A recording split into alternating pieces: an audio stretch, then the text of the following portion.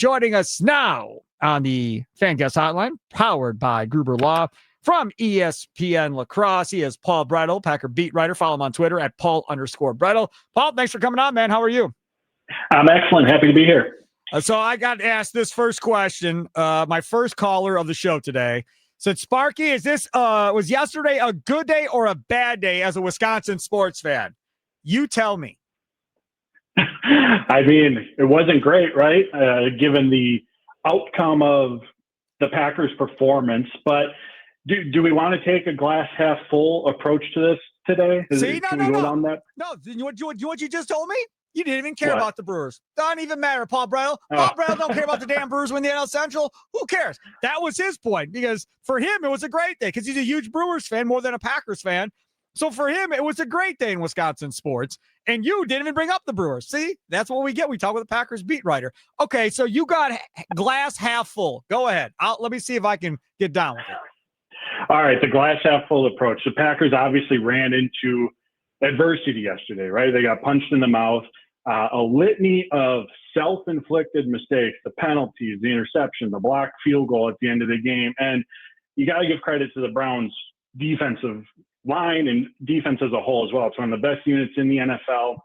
And they were, the mistakes that the Packers forced was a product of, a lot of times, that Browns defensive front.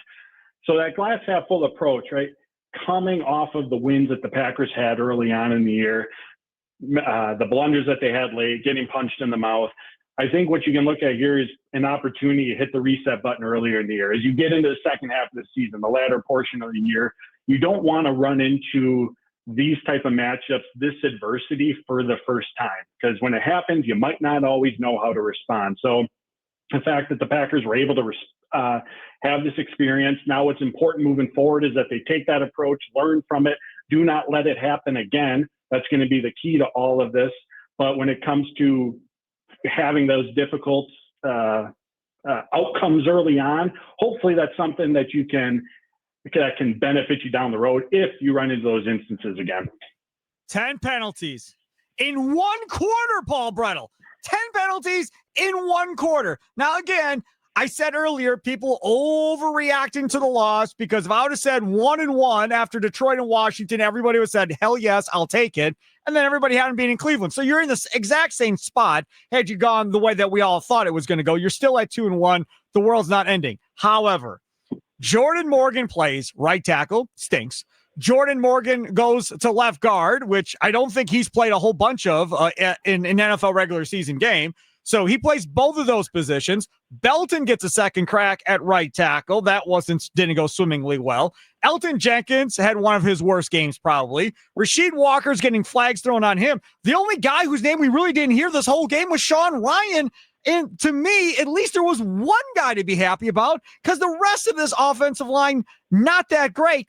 But with Matt LaFleur scheduled to talk here at 3:00, but I ask you, how much more do we really think we're going to see these same five guys on the field together? I mean, I think this is going to be the configuration, or this is going to be the group of five for the time being, until we learn more about the extent of Zach Tom's injury and Aaron Banks' injury as well. But you're correct. The play of the offensive line is where everything went wrong yesterday. I mean, Jordan Love was under pressure on 42% of his dropbacks. The running game averaged under 3 yards per rush. I mean, that's an incredibly difficult way to live when you're constantly in second and long, third and long, these predictable passing situations, plays into the pass rush's hands. They can pin their ears back. They can get off the ball and go get the quarterback. And because of the lack of time in the pocket, Matt LaFleur talked about this afterwards, those intermediate downfield throws, those longer developing routes, there just wasn't the time for that to develop. So now your only way to move the ball is these long, mistake-free drives, which the Packers obviously weren't able to do very well yesterday. But even if they were, that's a very tough way to consistently move the ball and put up points. Everything, the issues on offense yesterday, all started with the play of the offensive line. And I shouldn't be surprised by how the Packers configure their offensive line unit. What I mean by that is because Matt LaFleur has thrown so many different configurations at us and rotating players in games. But I will admit, I was a little bit surprised to see Jordan Morgan at right tackle. Now, the reason I say that is because I don't recall in any of the practices this summer and even last year seeing him take right tackle snaps. Now, I'm sure throughout this week in their preparation, Adam Stenavich said they had a number of different alternatives for their offensive line combination, that he got those right tackle snaps.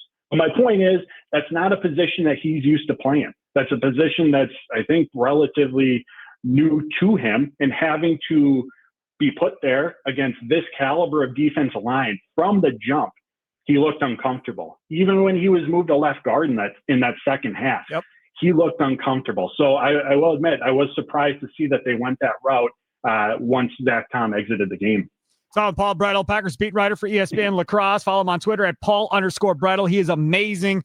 Trust me on this one. I just love having Paul Bretl on. I want to follow up with something else here, and that is the Packers ground game. Now, obviously, yesterday didn't go well, but we knew going into this game, we talked about it last week, that it was going to be tough sledding to run the football against this Cleveland defense. It has been for everybody they faced so far. But as a unit through 3 weeks, I mean, they're barely averaging 3 yards a carry right now with Josh Jacobs. How concerned are you about that and it getting fixed?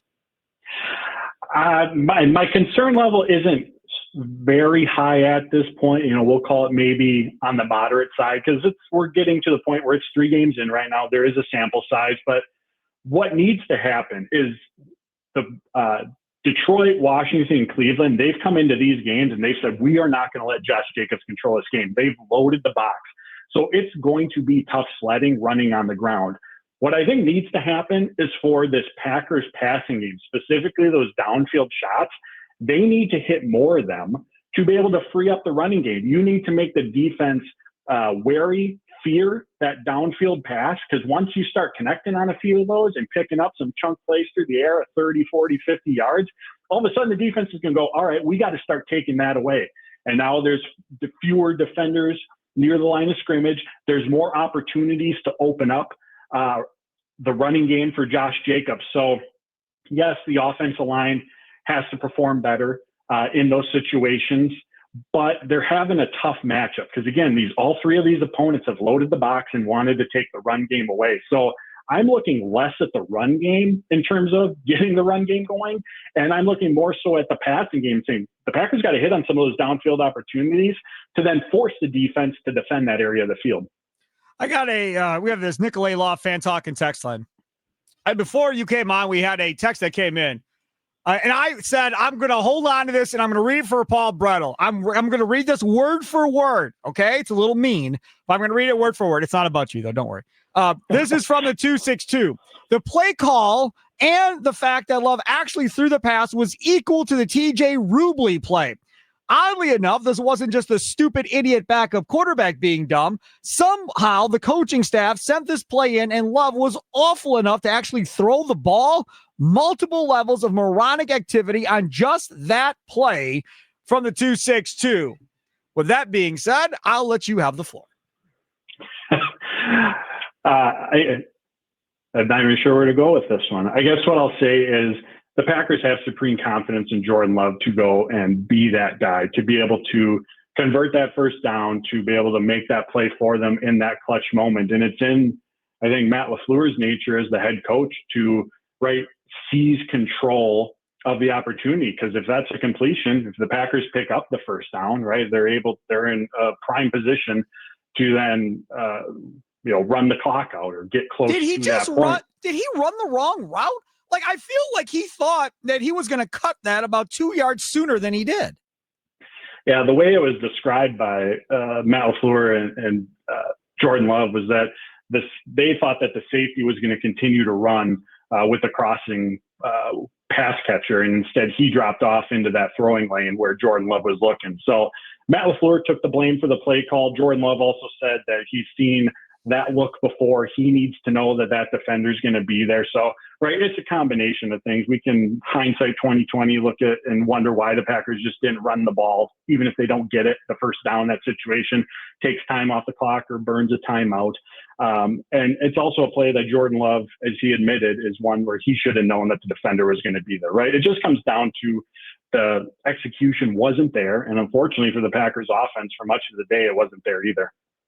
It's on with Paul Bretl, Packers beat writer for ESPN LaCrosse, getting ready to cover the Matt LaFleur presser coming up here in about 20 minutes. We'll play clips of that coming up for you here at 4 o'clock when we do our Green and Gold update brought to you by the Potawatomi Sportsbook.